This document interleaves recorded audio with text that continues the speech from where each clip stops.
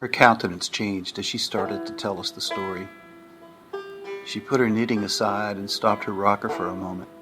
She sat straight up. Even now I hear their voices calling. She spoke quietly, looking toward the hearth and seeing nothing. A tear rolled down her cheek, and she continued, "Even now I cry."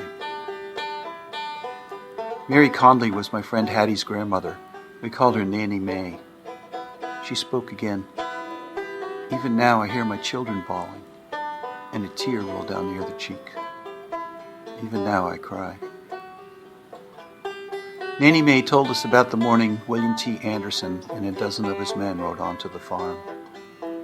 May and her husband James Conley owned that property in the border country of Missouri, close to the Kansas state line. The two eldest boys, Philip and Matt, were off to the mill that morning, thank God.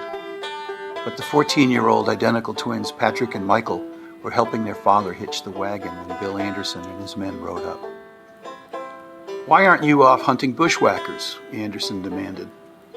He and his men were wearing blue jackets, as the local militia so often did. James presumed he was talking to federal regulars or perhaps pro-Union militia. James and May were Southern sympathizers, but they'd done their best to stay out of the fighting since they arrived from Ireland in 1850. For the last few years before the war started, there had been such nasty business between pro-slavery and anti-slavery sides, and then later pro-Union and pro-Confederacy sides. "We've got to get this corn to market," James answered, hoping to appease the riders. "Wrong answer," Bill spoke as he drew his pistol and shot James through the head. James dropped to the ground, instantly bloody and dead. 3 other riders shot each of the twins several times, and immediately the farm was in chaos. Mary, who'd been watching from a short distance, came running up right away to her dead boys, and Anderson's men turned their attention to the horses. They took the best of them, shot the cattle, burned the barn and the outbuildings, and they ransacked the farmhouse before they burned it. They even set the remaining crops afire. They spoke not a word to Mary or the girls. They left them to their fate.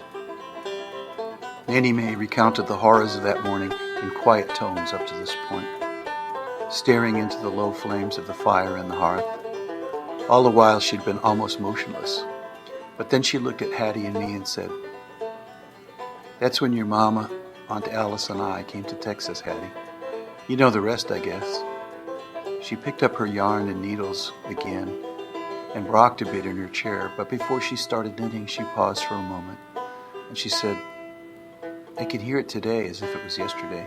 I can see the faces of those terrible men and hear, oh well, it just won't go away. But we lived through it, Hattie. Your mama and Aunt Alice and me. And your uncles Philip and Matt came back to us after the war. They had joined up with General Sterling Price, as you know, after hearing about Bloody Bill's raid on our farm. And they were among the very lucky ones to come home when the war ended. Thank God they weren't there at the farm on that awful morning. Thank God."